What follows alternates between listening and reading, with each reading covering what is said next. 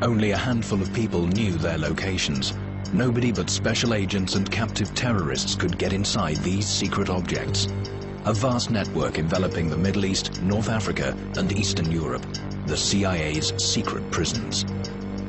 When I was president of Lithuania, the director of the State Security Department asked me for permission to build such prisons. Journalists revealed the US government department's secret network after locating the prisons and identifying the airplanes that transported suspected terrorists. They also discovered that European officials helped create the clandestine operation. According to official records, the plane landed in Warsaw, but in fact it landed here at Shimane. The row over the secret prisons has divided Europe and triggered a political crisis in several countries. One of the options open to us is to bury our heads in the sand, in the belief that nobody can see our behinds. Oh yes, they can. How did the system work? Who was taken to those secret prisons and questioned? Which Eastern European partners helped the US intelligence agency? How was it possible to keep information about the covert prisons under the carpet for such a long time?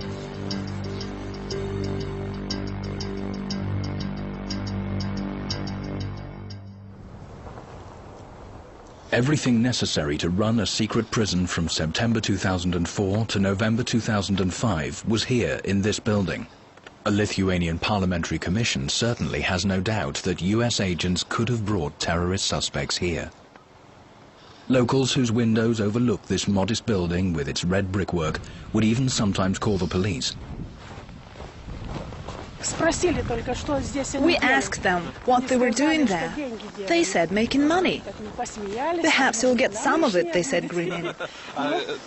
Locals were not allowed to work there. Men asked for employment, but their requests were turned down. The guards spoke English. Once we saw an Afro-American man among them. He kicked a little dog. We wanted to give him a piece of our mind, but he never showed up again. On several occasions, Antofillay residents saw trucks loaded with earth emerge from the gate and return with a cargo of cement. An investigation has revealed that a second perimeter was built inside the structure, a building within a building. It contained cells for inmates, rooms for interrogation, and living quarters for intelligence officers. Security was tight, but there were no Lithuanians among the guards. All of us wanted to know what was going on there. At first we thought that they were making drugs or something. But much later, we learned from journalists what it really was. Lithuanian journalists were the first to speak about the mysterious cottage near Vilnius. They had obtained papers relating to its ownership. As it turned out, the building belonged to a private riding school until 2004. Later it was sold to a company registered in Panama and Washington called Elite. The US firm owned the cottage until 2007, when it was then sold to several Lithuanian government bodies. Now the building belongs to the country's intelligence service. Next, the story of secret prisons overseas being used by the CIA for its harsh interrogation of terror suspects. The scandal spread around the world after a US TV news report claimed that Lithuania, a NATO member since 2004, had sheltered a CIA prison in its territory.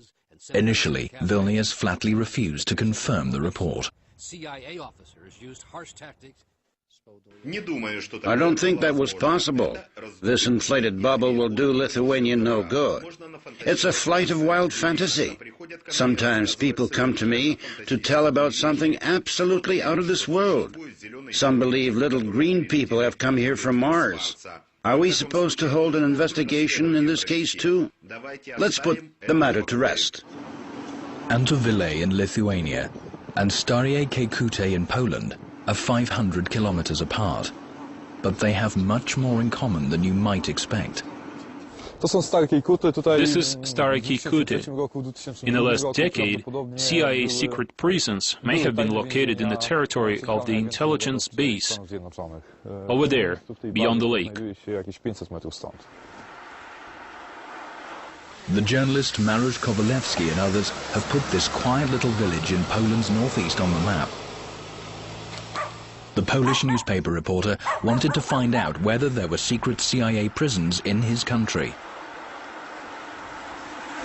There was conclusive evidence in the papers from the border guard service that I obtained that Polish civilian, military and aviation services and border guards had been forging official papers to hush up information about the flights of CIA airplanes.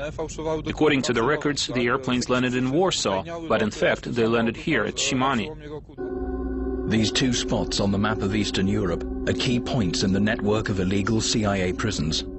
Polish journalists claim that airplanes carrying terror suspects would fly from Afghanistan or Egypt to land near Shimoni airport. A car with blacked-out windows would drive up to the plane's steps to pick up the captives and hurriedly take them to the Polish intelligence service's Kejkuty training base, 30 kilometers away. How could Poland benefit from that? That's the question. Anyway, what kind of exclusive rights stood behind the use of the training base of the Polish intelligence service by an American service? Whenever journalists ask people in Kejkuty whether they know what went on behind this fence, they get the same blank answer. Well, I don't know what to say. All I know is that I know nothing.